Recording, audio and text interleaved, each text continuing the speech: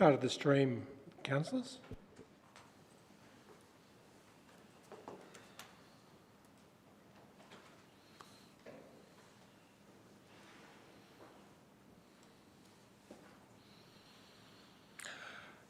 Good afternoon, good evening everyone. Just before we begin, I'm just going to check the councillors appearing online that they can see and hear us.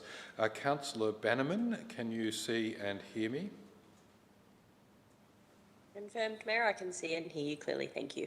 Thank you, Councillor Bannerman. Councillor Fote, can you see and hear us?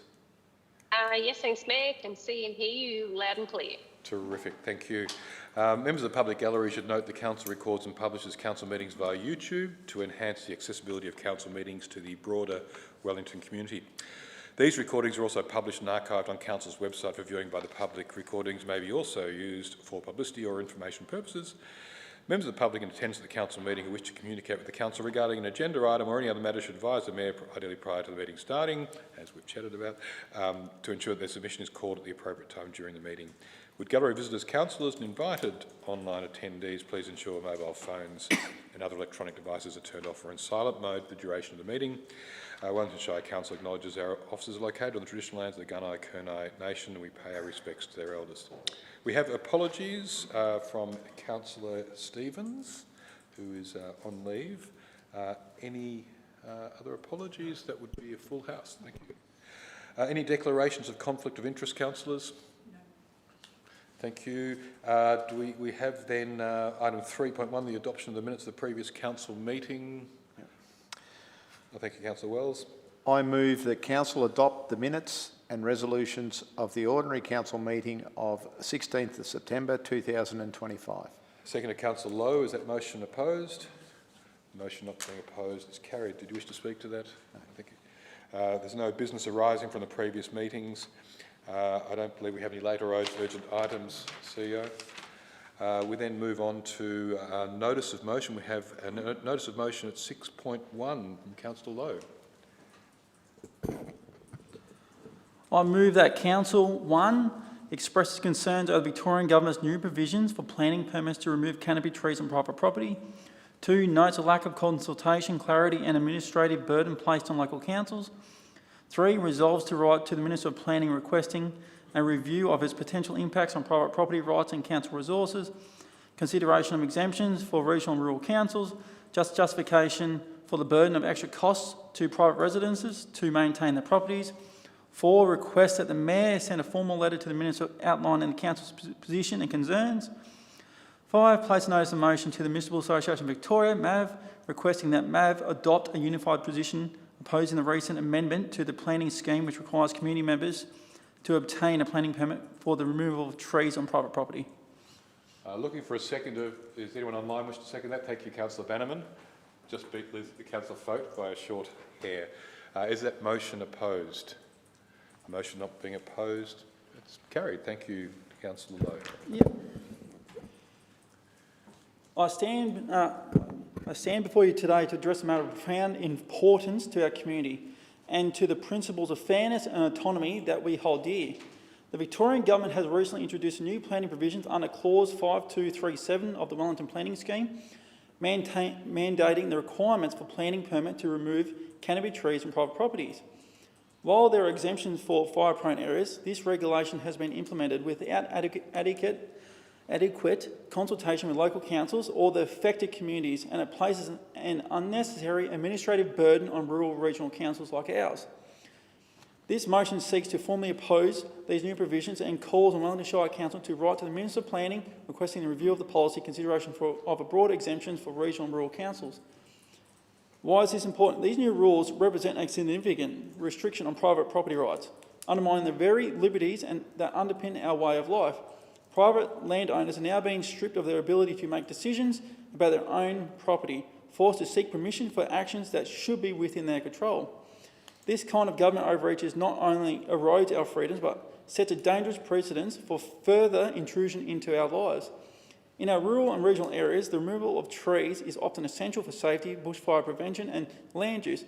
These new rules undermine the rights of landowners and introduce additional costs, delays and uncertainty. Most concerning is the impact on private property owners who are now restricted in their ability to manage vegetation on their own land. This is not just a matter of bureaucratic overreach, it is a direct affront to the autonomy and rights of our residents. Imagine a farmer who for generations has managed their land with care and responsibility, now being told that they must navigate a complex and costly permit process just to remove a tree that poses a fire hazard. Imagine the frustration and helplessness they must feel as their control over their own land is chipped away. This is not just administrative inconvenience, it's an attack on the fundamental liberties that we as Australians value deeply. We must stand together as a council and as a community to voice our opposition to these provisions. We must advocate for a policy that respects the unique needs and circumstances of rural and regional areas. We must demand that our voices be heard and that our rights be respected. If we allow these restrictions to go unchallenged, we risk losing more than just ability to manage our own properties. We risk losing the freedoms that define us. Thank you. Thank you, Councillor Lowe. We move then on to item 7, the receiving of petitions or joint letters, which we have none. Move on to item 8, invited addresses, presentations or acknowledgements. I believe Councillor Tatterson is first on the list. Thank you, Mayor, and thank you for the opportunity to talk.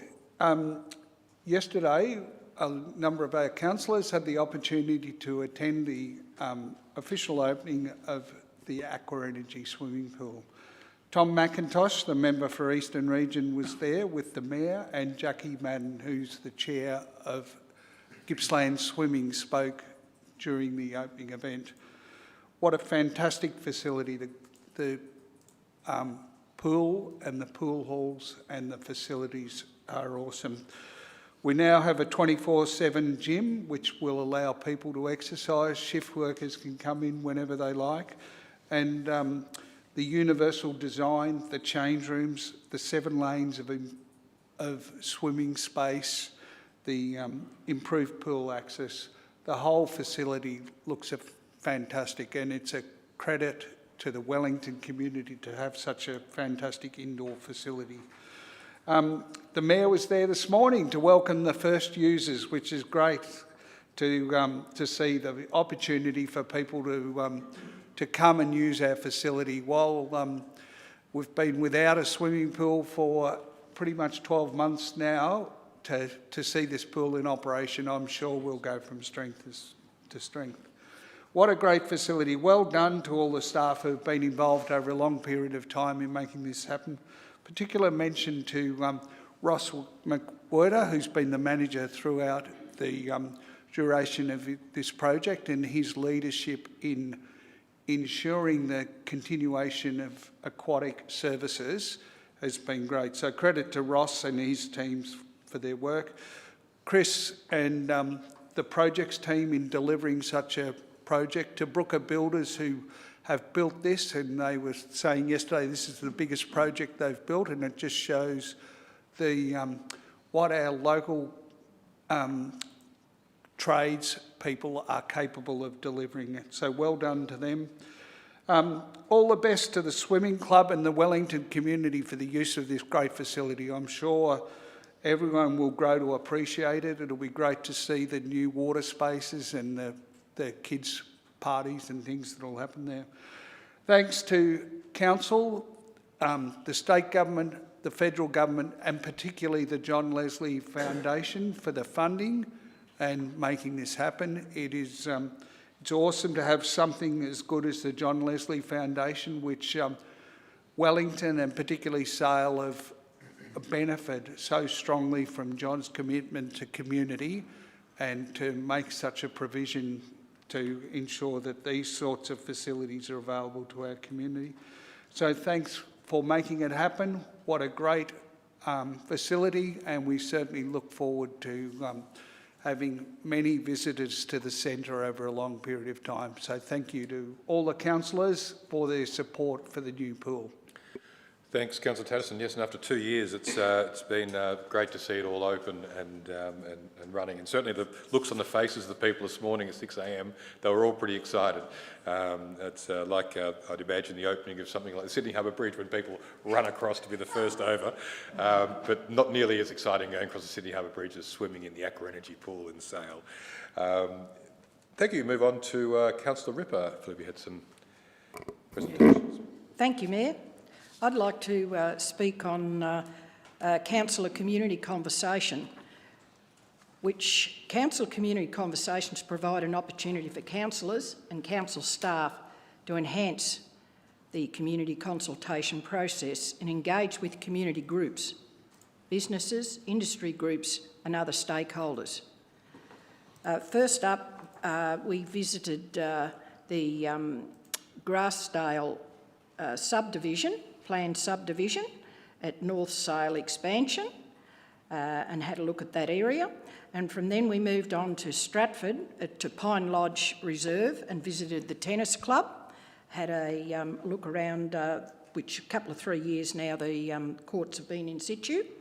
Then from there we drove out to Bryagalong, to the Bryagalong Mechanics Institute, which I think a lot of you will know that area, or if not, it's certainly a great area to go and have a look. A very historic hall in absolutely original, pristine condition, and the floors of what they've done is just wonderful. And also, to the surprise of those who hadn't been there, they have an original library.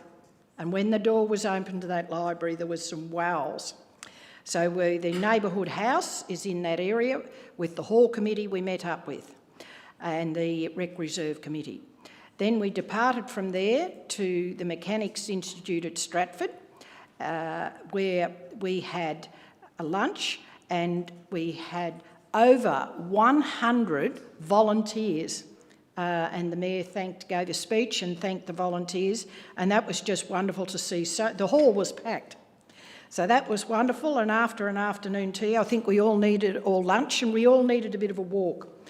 So we went, before the walk actually, we had to sit. That's right, we had to sit. We had the Sister Cities, a discussion all about the history of the Sister Cities, which is the, I think, 6 Avons in the world.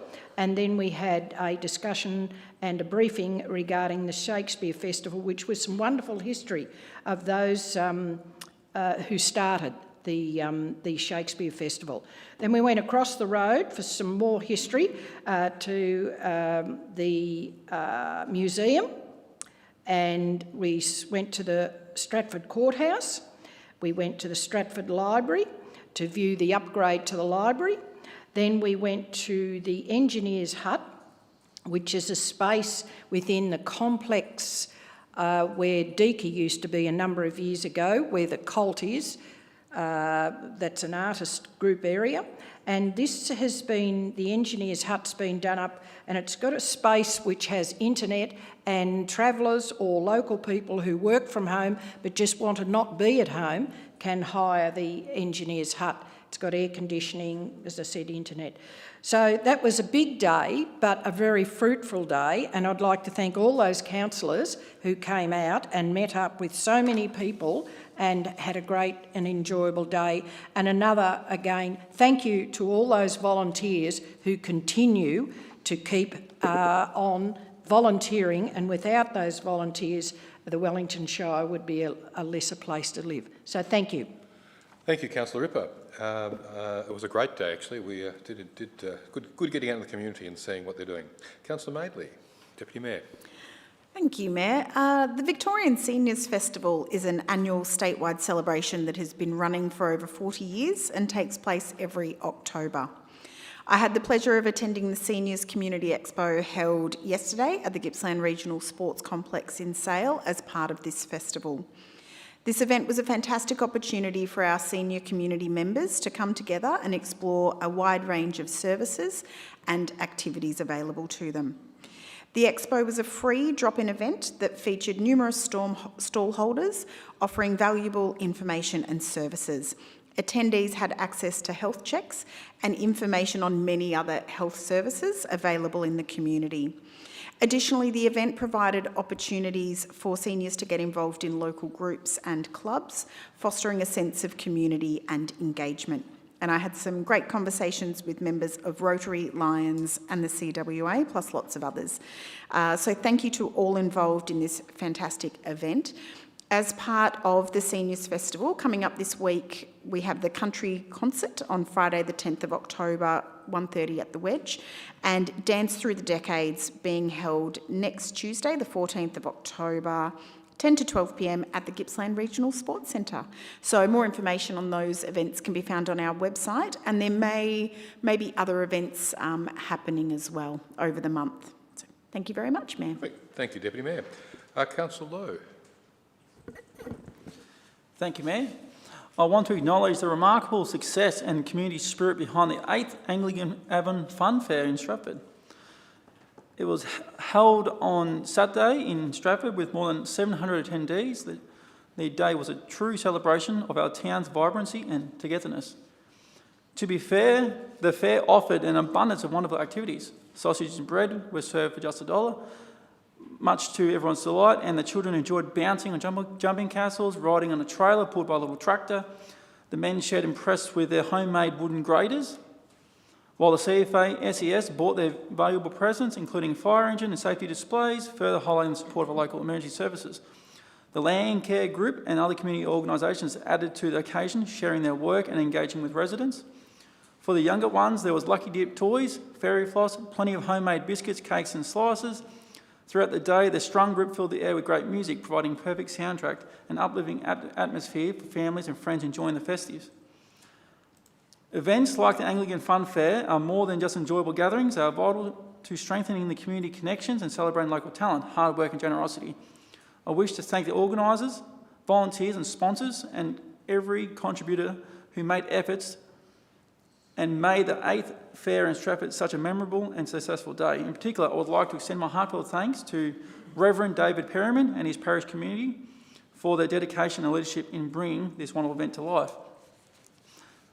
I was speaking to David about this, and he said he wanted to make a day where everyone could come and enjoy it without having to dig into their pockets. He just wanted an event so people can come, let out their stress and enjoy the day.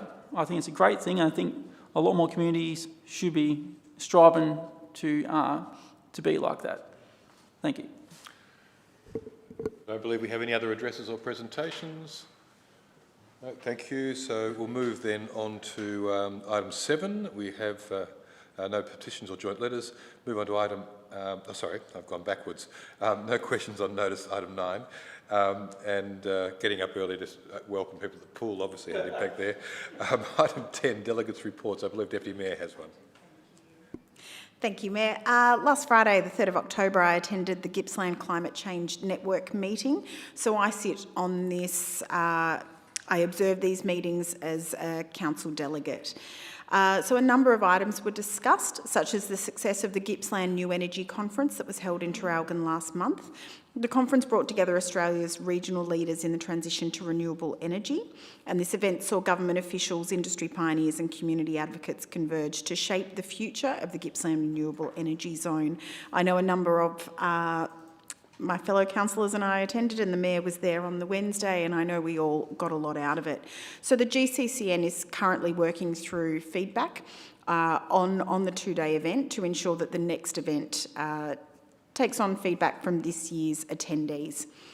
Coming up in November, GCCN, in conjunction with Federation University and the Victorian Government, will be hosting a range of workshops focusing on a circular economy.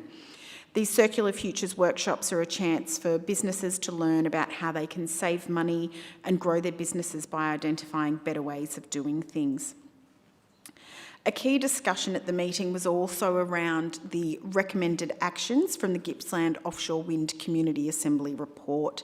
So this report was presented at the GNET conference in Traralgon, and it outlines key actions to ensure coastal Gippsland benefits from offshore wind projects. These actions were adopted by the Project Advisory Group on September the 2nd and include establishing a permanent coastal assembly to amplify local voices, creating a moderated online forum for transparent information sharing and advocating for independent oversight. GCCN will be shortly going out and asking people to join the Coastal Assembly. And they've said they don't have to be supportive of offshore wind, but they have to want to find out more information and be prepared to talk about the benefits to their communities. So that will be happening over the next couple of months, which is fantastic. So thank you very much, Mayor. Terrific. Thanks, Deputy Mayor. We move, no other delegates' reports, I believe. Nope. We move on to the Assembly of Councillors report, 11.1. Councillor Tatterson, thank you. Thank you, Mayor. I move that Council note and receive the attached Assembly of Councillors records for the period of 8 September to 28 September 2025. Seconded, Councillor Lowe. Is that motion opposed? Motion not being opposed is carried. Did you wish to speak to that? No, happy to just receive that information, Mayor. Thank you. Move then on to item 11.2, the in-principle approval of the draft financial report 2024-25. Thank you, Councillor Wells. I move that Council approve in principle the draft financial report. I move that Council approve in principle the draft financial report and performance statement for the year ended 30th of June 2025 as attached. Sorry? Subject to no material changes by the Victorian Auditor General's Office, and 2, authorise the councillor representatives on the Audit and Risk Committee and, in their absence, any other councillor as substitute to certify the documents in their final form. Seconded, Councillor Fote. Is that motion opposed? The motion not being opposed, it's carried. Thank you, Councillor Wells. Okay, Section 98 of the Local Government Act 2020 requires the Council to prepare an annual report in respect of each financial year. The annual report must contain the following: a report of operations of the Council, an audited performance statement and audited financial statements. Council must pass a resolution giving its approval in principle for the financial report and the performance statement so the officers can submit these to the Auditor General. The Chief Executive Officer, Principal Accounting Officer and 2 councillors appointed by Council must certify the documents once amendments or changes are requested by the Auditor General have been made. Council's Audit and Risk Committee has reviewed the draft financial report and performance statement, having had discussions with the external auditors, and fully recommends that Council approve the documents in principle. The in-principle approval of the documents will enable the draft documents to be reviewed and certified by the Auditor General so Council can ideally meet its legislative requirement of considering the 24-25 annual report at a meeting open to the public by 31st of October 2025. Thank you. Terrific. Thanks, Councillor Wells. Move then on to item 11.3, the S6 Instrument of Delegation. Thank you, Deputy Mayor. Councillor Madeley. Thank you, Mayor. I move that Council, in the exercise of the powers conferred by the legislation referred to in the attached instrument of delegation, resolve that 1. There be delegated to the members of Council staff holding, acting in or performing the duties of the offices or positions referred to in the attached S6 instrument of delegation, members of Council staff, the powers, duties and functions set out in that instrument, subject to the conditions and limitations specified in that instrument as attached.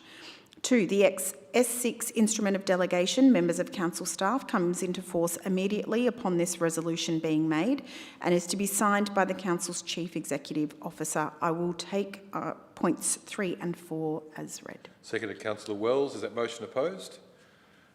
Motion not being opposed is carried. Thank you, Deputy Mayor. Okay, fantastic. The Local Government Act 2020 allows the Council to delegate its powers, duties and functions to Council staff members. This delegation is crucial for effective governance, as it is impractical for the Council and the CEO to handle all statutory powers alone. The S6 delegation instrument includes specific delegations under various acts, such as the Domestic Animals Act 1994, the Food Act 1984, the Heritage Act 2017, the Planning and Environment Act 1987, the Residential Tenancies Act 1997, and the Road Management Act 2004. These delegations are necessary for Council staff to perform regulatory functions. Council's instruments of delegation are based on model delegations provided by a legal firm, and they are regularly updated. The latest update to the S6 delegation instrument was approved by the Council in May 2025. The updated S6 instruments of delegation and its amendments are detailed in attachments 11.3.1 and 11.3.2. Thank you, Mayor. Thank you, Deputy Mayor. We move then on to item 12.1, the Community Asset Committee's 2024-25 Annual Report. Councillor Ripper, thank you. Thank you, Mayor. I'd like to move 1, receive and note the annual report highlighting the activities and performance of the 5 community asset committees for the period 2024-25, and 2, acknowledge the volunteer contribution made by the Community Asset Committee members during this period. Thank you. Seconded, Councillor Lowe. Is that motion opposed? The motion not being opposed is carried. Thank you, Councillor Ripper. Thank you, Mayor. Section 65 of the Local Government Act 2020 provides for councils to establish community asset committees for the purpose of managing assets within the municipality, and requires the CEO to submit an annual report in relation to the activities and performance of these committees. The following community assets committees are currently established in accordance with provisions of the Act: Bryaglong Rec Reserve Committee, Cameron Sporting Complex Committee, Gordon Street Reserve Committee, Maffra Rec Reserve Committee and the Newry Rec Reserve Committee. Council acknowledges and appreciates the commitment of these community volunteers in supporting the management and operation of these important community assets.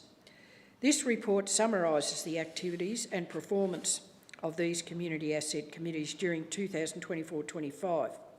For this report, activities and summaries of general information and key achievements provide by the committee, whilst performance has been assessed against the powers, duties and functions formally delegated to its members. The Bryaglong Rec Reserve Committee has approximately $30,000 cash reserves. Their key achievements: usage of the reserve includes cricket, football, tennis and pony club. The committee have finalised the installation of solar on the Pony Club's shed and have purchased a light tower for installation on the main oval. Their performance: despite regular requests, the committee has not operated within the requirements of its delegation and does not provide appropriate reporting. Council officers will continue to offer support to improve governance process. Cameron Sporting Complex Committee, their cash reserves are approximately $47,000. Key achievements: the committee have been supported to work through several insurance claims, including break-ins and a power surge. Major works have included replacement of the sewer pump and complete refurbish of the gymnastics foam pit due to the pump failure. The performance of the committee has generally been able to operate within the powers, duties and functions delegated to its members, including holding AGM, regular committee meetings. Officers have provided and will continue to provide additional support to ensure the requirements of the annual risk and maintenance subsidies are being met and preventative maintenance tasks are up to date. The Gordon Street Reserve Committee has approximately $14,000 in cash reserves. Their key achievements: that the committee continues to undertake significant proactive and reactive maintenance tasks. The facility is well used by both regular users that hosts large-scale community events. Their performance operates within the powers, duties and functions delegated to its members, including holding an AGM and regular general meetings. Reporting and financial management practices are up to date and of a high standard. The Maffra Rec Reserve Committee has approximately $65,000 in cash reserves. Their key achievements: user groups include football, netball, agricultural society, kennel club, poultry club, band, rockhounds, pleasure harness club and historic truck club. Another year of successful events included the dog show, truck show, football finals and agricultural show. The performance of the committee has been able to operate within the powers, duties and functions delegated to its members, including holding an AGM and regular general meetings. The committee works proactively to address maintenance issues and well supported. And the Newry Rec Reserve has approximately $34,000 in cash reserves. Their key achievement is that the golf club is the main user of the rec reserves and club rooms. The committee has been supported to repair break-in damage and undertake general maintenance tasks. Despite having a small committee membership, the committee has been able to operate within the powers, duties and functions delegated to its members, including holding an AGM and general meetings. So I'd just like to thank all those committees that they work hard and try and do their best, but unless you've got committee members there to help, sometimes it makes it very difficult for these committees. But they are overseen by our staff and heading them all in their right track, following the regulations. So I really, once again, volunteers. We cannot do without volunteers. And these committees are all volunteers, along with a lot of other committees in the Wellington Shire. And they support, and a lot of them are family members with young children or older parents that they're looking after, but they're out there with their sleeves rolled up, volunteering for us. So thank you very much.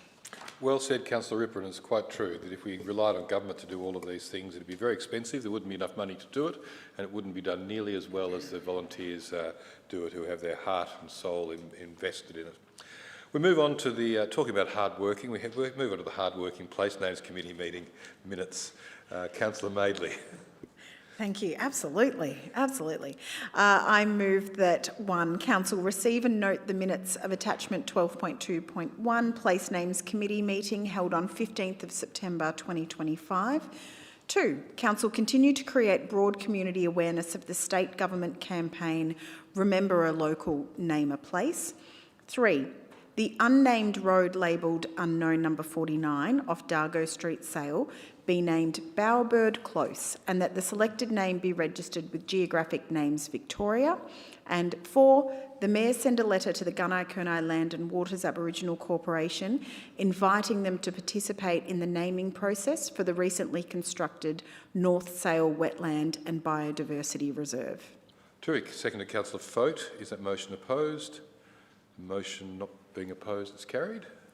Councillor Madeley. Great. Yeah, just quickly, I read everything in full because that's the important content from the meeting. So the Place Names Committee is an advisory committee. We meet quarterly to make recommendations to Council on geographical place name issues, and they were the main ones from our last meeting. So Perfect. Thank you, Mayor. Thank you. And I must say, Deputy Mayor, I've often run into people who think that certain things should be named after certain people. Indeed, on a recent community meeting, we had the same question raised, and I invited them to do as anyone else in the community should do, is to submit names that could be considered by the Place Names Committee that could be used in future subdivisions. Yes, we have a very long list of names, but we're always looking for more, and especially those great local stories and those great local people. They're the ones we want. Yeah. Terrific.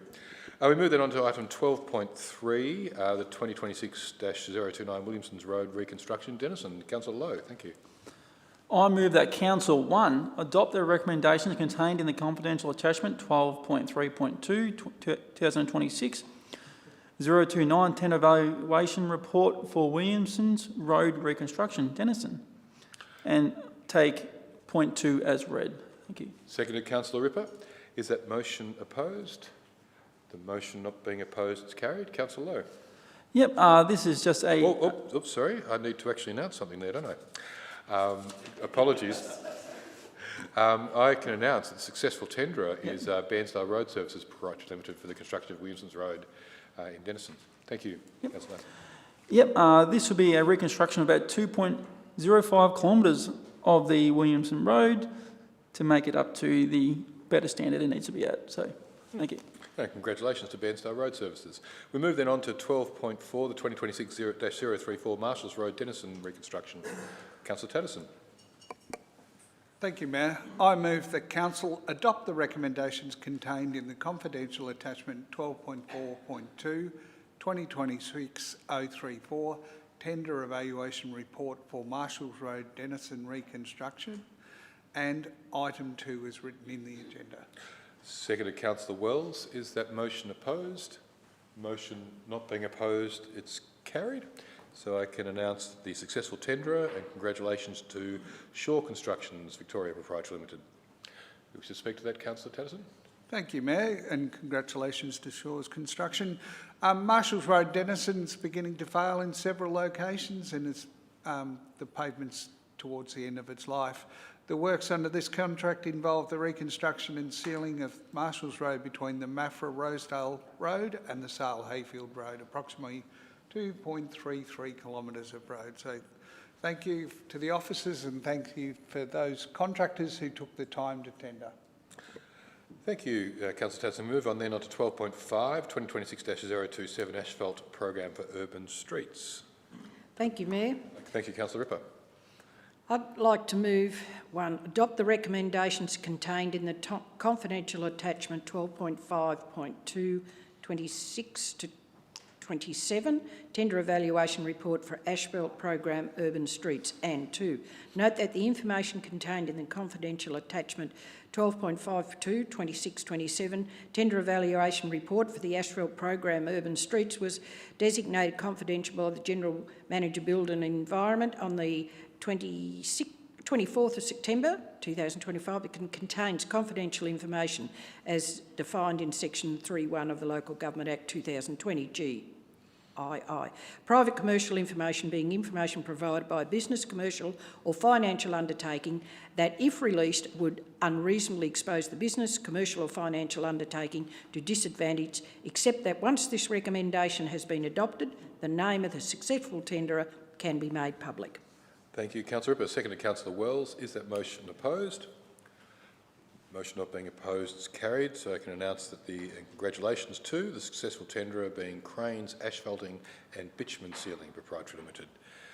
Did you wish to speak to that, Councillor? Thank you, Mayor. The Asphalt Program for Urban Streets is an annual program targeted at highly trafficked streets, car parks and reserves where spray sealing treatment is not cost effective. The works comprise but are not limited to major patching, asphalt resurfacing and line marking of the resurfaced pavements. So if the asphalt program occurs, as said, on an annual basis, so this year includes works in Sale, Maffra, Rosedale and Yarram. So if you see cranes out the front of your place, you are getting some resealing, and congratulations again to Cranes and to all those people in those areas. You will be getting some nice resurfacing. Terrific, thank you. Thank you, Councillor Ripper. We look for further gallery and online comments. This is an opportunity for anyone in our gallery to come forward, speak to Council about anything you'd like to speak about. You're the only one there. If you could please state your name for the record, about 3 minutes would be great, but happy to, yeah, thank you.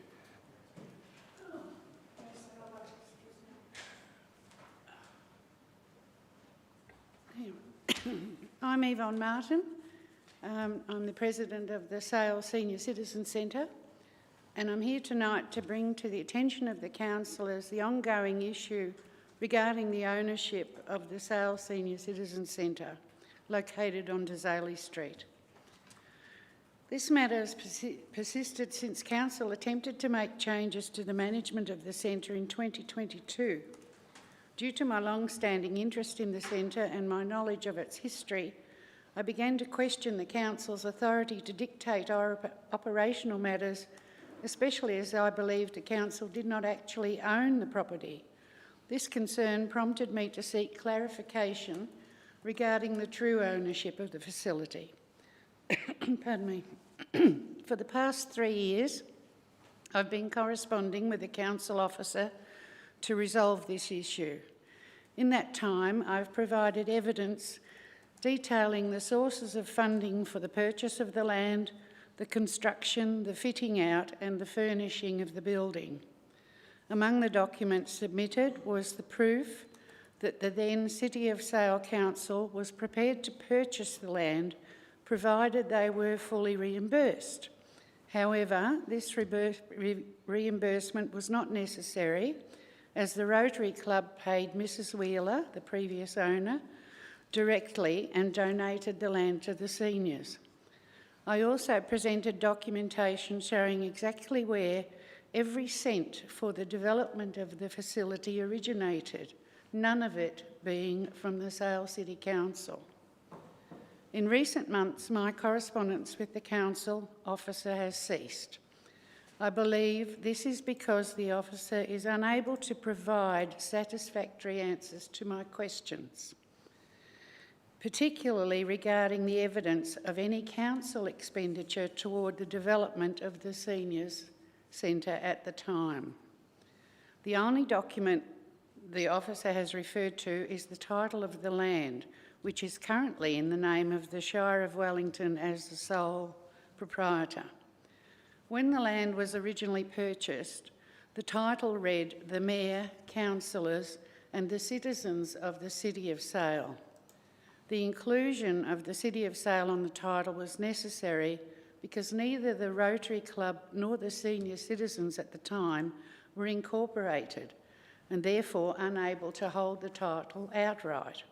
The council stepped in to enable the plans of the Rotary and the seniors of the day to fulfil their dreams. The purpose of my visit today is to invite councillors who have the power in council to intervene and bring this matter to a close.